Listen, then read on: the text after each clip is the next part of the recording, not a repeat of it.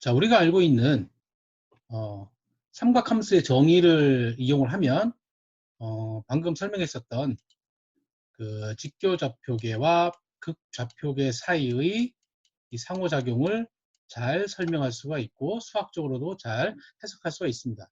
자, 우선 삼각함수의 정의로부터 우선 여기 사인 세타라고 하는 것은 분명히 그 r분의 y가 되겠습니다. 그리고 코사인 세타는 그런 것처럼 r분의 x가 될 것이고 탄젠트 세타인 경우에 대해서는 x분의 y라고 하는 것은 잘 알 수가 있겠습니다.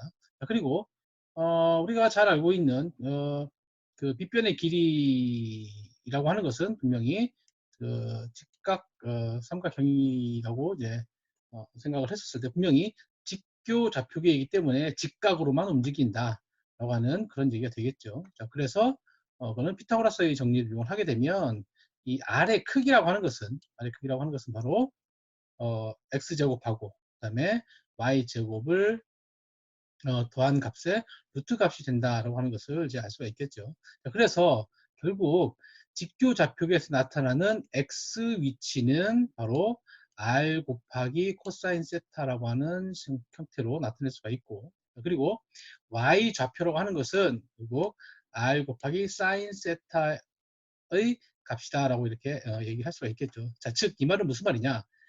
여기에서 나타나는 x, y를 이 직교좌표계로 나타냈었던 이 XY 형태를 다시 자, 극좌표계의 좌표로 자, 극좌표계의 좌표로 자, 표시를 해보자. 자, 좌표를 표시해보게 되면 바로 이 점을 예를 들어서 이게 T라고 합시다. T라고 한다면 직교좌표계인 경우는 T는 X, Y로 이렇게 표시할 수 있겠고요. 그러면 극좌표계인 경우에 대해서 T는 바로 X가 나타내는 게 바로 R, 자, 코사인, 자, 세타, 그리고 Y 값이, Y좌표가 R, 자, 사인, 자, 세타이다. 라고 하는 식으로 극좌표계의 형태로 나타낼 수가 있다. 라고 하는 그런 얘기가 되겠습니다. 그래서 결국은 아까 얘기했던 것처럼 직교좌표계에서는 그 관측하고자 하는 그 위치를 설명하는 데 있어서 두 번 이동을 하는 것과 이렇게 이동을 하는 것과 그다음에 극좌표계로 설명하는 그 한 번에 이동할 수 있는 이렇게 되는 이 설명할 수 있는 그런 형태가 서로 상호 그 보완적으로 잘 활용을 할 수 있다라고 하는 그런 뜻으로 이해를 하면 좋겠습니다.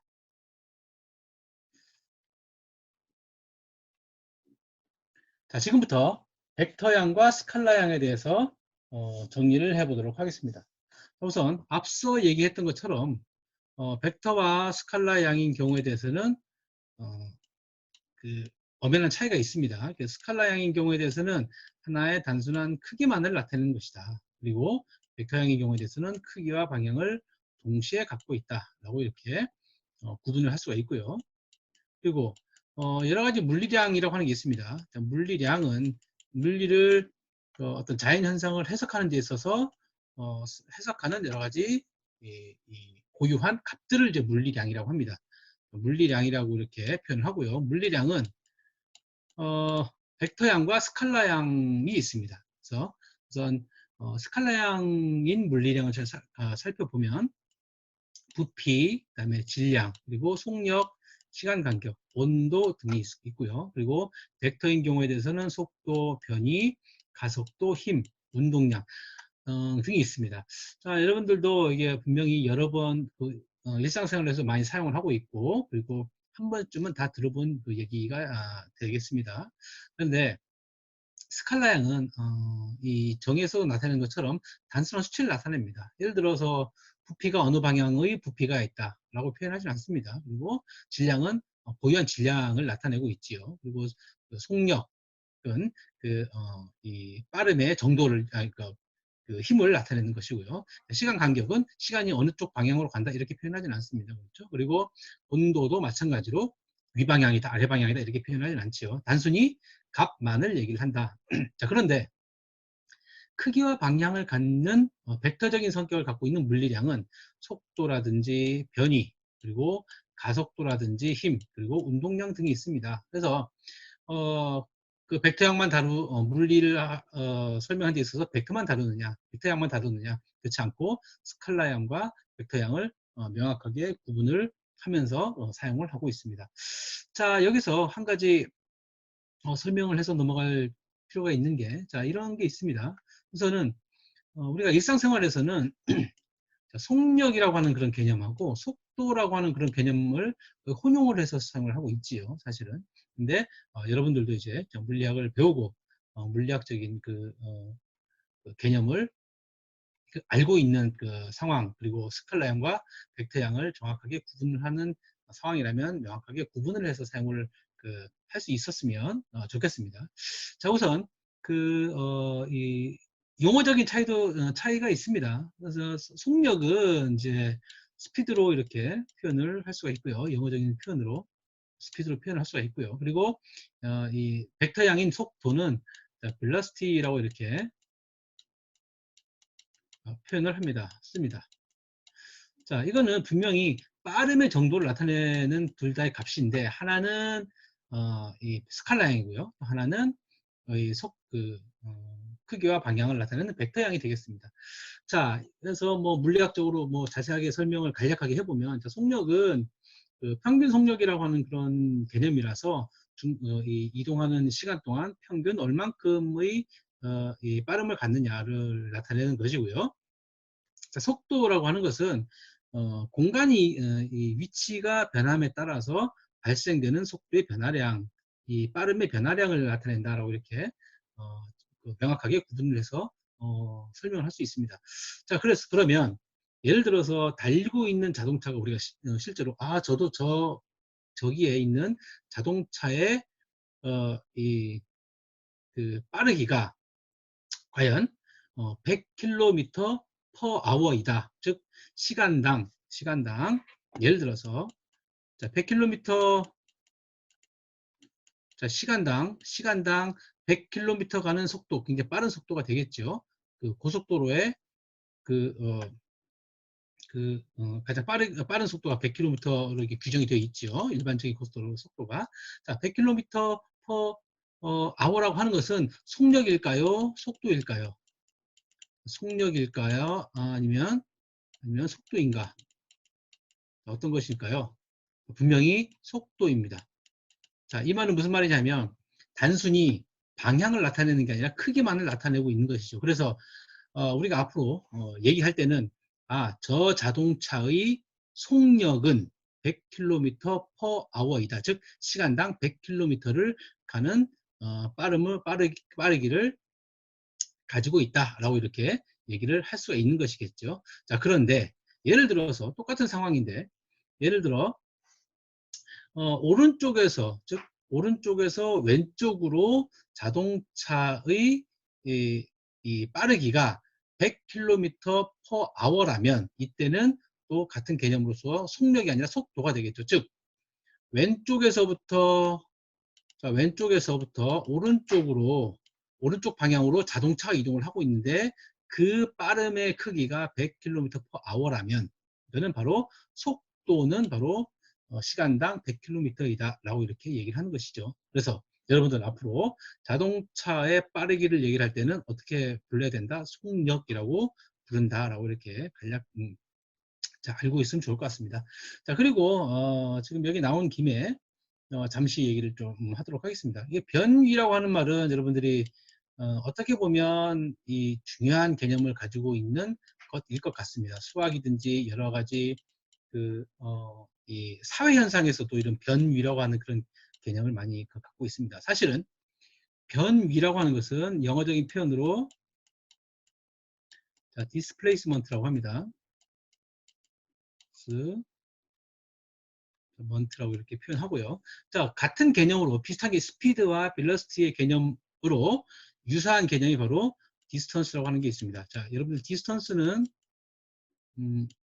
다 알고 있는 내용이겠죠. 단순히 거리를 나타냅니다. 자, 거리라고 하는 것은 단순히 여기서부터 저기까지의 거리를, 즉 크기만을 나타내는 것이겠죠. 그래서 스칼라양인 거리가 있을 것이고요. 그리고 변이라고 하는 것은 위치가 변한 걸 말합니다. 즉 위치가 A에서부터 B까지 이동을 하였다. 인 경우에 대해서는 변이가 되는 것이고요. 그리고 단순한 거리를 나타내는 것은 A에서부터 B까지 여기까지의 거리가 얼마냐라고 하는 걸 나타낼 때는 바로 스칼라양이 된다라고 하는 그런 계산 얘기가 되겠습니다. 그래서 우리는 명확하게 이 크기만 있는 이 물리량하고 그다음에 방향과 크기가 있는 이 물리량들을 명확하게 구분을 할 필요가 있겠습니다. 자, 이렇게 스칼라형과 벡터형을 이제 개념적으로 이해를 해봤고요. 자, 그렇다면 벡터라고 하는 것은 어떻게 표현하느냐? 이거는 약속입니다. 약속. 약속. 이건 뭐 규정이나 이런 게 아니라 우리 이렇게 합시다. 라고 하는 그런 약속이기 때문에 자, 볼딕체로 이렇게 쓴다거나 또는 위에 화살표를 이렇게 사용을 합니다. 자, 그리고 벡터는 분명히 크기하고 방향이 있기 때문에 방향을 나타내는 그 뜻으로 화살표를 사용을 하고요. 크기는 즉 이렇게 사용을 즉 볼딕하지 않은 일반적인 숫자로 사용을 하게 됩니다. 자, 그리고 벡터의 그림은 이렇게 표시를 하게 되고요. 여기서부터 즉 여기는 출발점, 자, 출발점이 될 거고요. 자, 방향을 나타낼 것이기 때문에 분명히, 그리고 이거는 도착점 점이 될 것입니다. 자, 다른 말로 이거는 이 기준점인 오리진이 될 것 같고요. 이거는 도착점은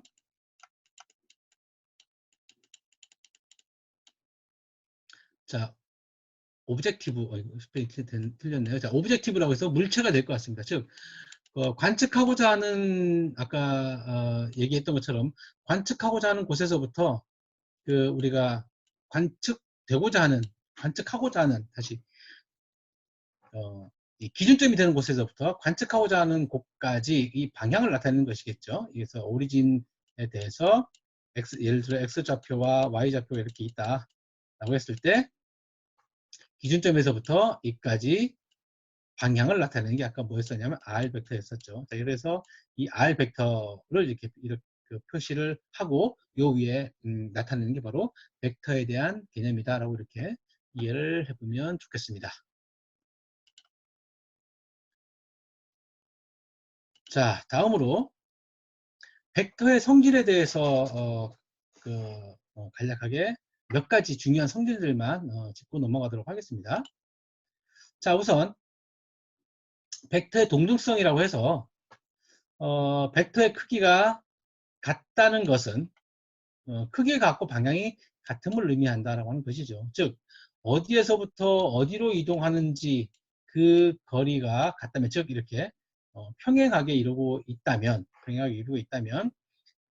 여기 얘가 갖고 있는 벡터라든지 얘가 갖고 있는 벡터나 얘가 갖고 있는 벡터나 얘가 갖고 있는 벡터는 모두 같은 뜻을 의미한다라고 이렇게 얘기를 합니다. 자, 그래서 이거는 크기가 같고 방향이 1차원으로 모두 동등하다라고 얘기를 하는데요. 이거는 왜 그렇게 표현할 수 있냐면 이 좌표계를 요 위치에서부터 좌표계를 여기를 기준으로 해서 이렇게 뒀을 때나 여기를 기준으로 해서 뒀을 때나 다 똑같은 크기와 방향을 나타낸다라고 하는 것들 다 알 수가 있겠지요. 그래서 좌표계를 아까 얘기했던 것처럼 이 교실 안에 강의실 안에 교수자와 학생이 똑같은 물체를 바라보고 있었을 때 그 방향의 크기를 나타낼 때 에도 마찬가지로 이렇게 똑같은 개념이 적용이 될 수 있겠죠. 즉 관측자의 위치를 설정을 해주게 되면 똑같은 값을 갖게 되는 것이다 라고 이렇게 이해를 하면 되겠습니다. 자, 이게 바로 이제 벡터의 동등성이라고 얘기를 하면 될 것 같고요. 자, 그리고 이거는 쉽게 말해서 수학적인 개념으로는 평행이동이다라고 이렇게 생각을 해보면 좋을 것 같습니다. 자, 다음에 벡터의 기본적인 성질을 봅시다. 자, 우선 벡터의 덧셈에 대해서 보게 되면, 자, 우선 대수적으로 우리가 1 플러스 2라고 하는 것은 바로 3이다라고 하는 것은 굳이 증명하지 않아도 다 알고 있는 내용이 되겠습니다. 자, 이것처럼 이 덧셈이라고 하는 그 수학적인 기호를 벡터에도 적용할 수 있다라고 하는 그런 응용을 할 수 있다라고 하는 것들을 이제 설명을 하고자 합니다.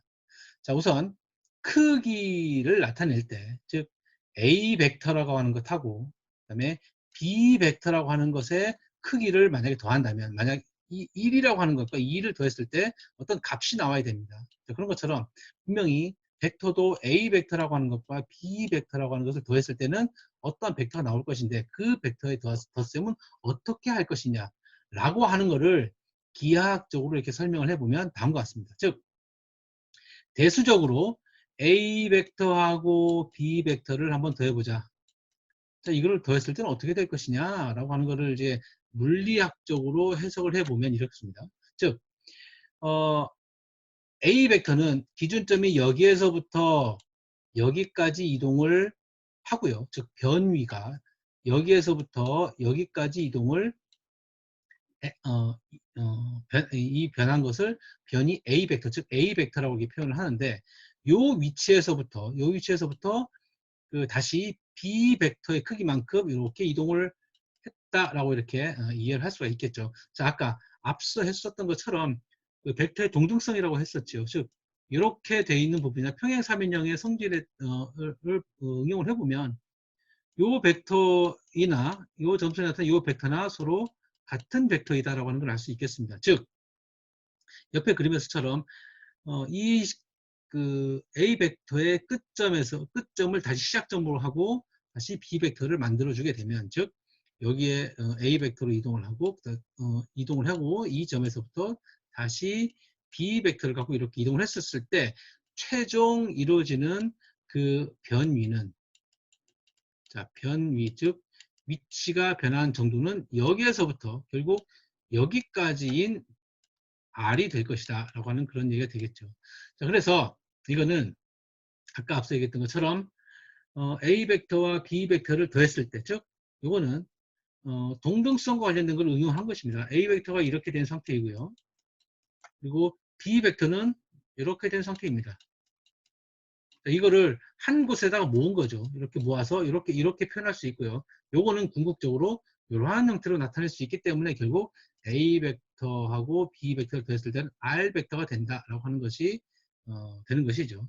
자, 그리고 교환 법칙이라고 하는 게 있습니다. 자, 교환 법칙은 A 벡터를 기준, 즉 A점에서의 그 시작점에서부터 나타나는 것이거나, 또는 B 벡터를 먼저 이용해 보죠. 그러면 앞에서처럼 B 벡터에서부터 B 벡터의 시작점에서부터 끝점까지 이렇게 이동을 하고 나서 또다시 A 벡터를 이렇게 이동한 값도 마찬가지로 똑같겠죠. 이 그림으로 나타내는 게 바로 이겁니다. 즉 A 벡터를 A 벡터에서, 즉 A 벡터의 시작점과 끝점을 A 벡터의 그 끝점을 B 벡터의 시작점으로 잇고 거기서부터 B만큼 이동하거나, 또는 B 벡터의 끝점에서부터 또다시 그 A 벡터의 시작점과 연결된 그 값은 서로 같다라고 하는 게 바로 이 그림에서 이제 알 수가 있는 거겠죠. 자, 이거는 요 평행사변형의 성질이라든지 이런 것들을 이용을 하게 되면 간략하게 이해를 할 수 있는 부분이라고 생각이 들어집니다. 자, 다음으로 이제 벡터의 기본적인 성질 중에 하나가 결합법칙이 되겠습니다. 자, 이것도 앞서 얘기했던 것처럼 어떤 순서이든지 간에 시작점과, 자, 시작점은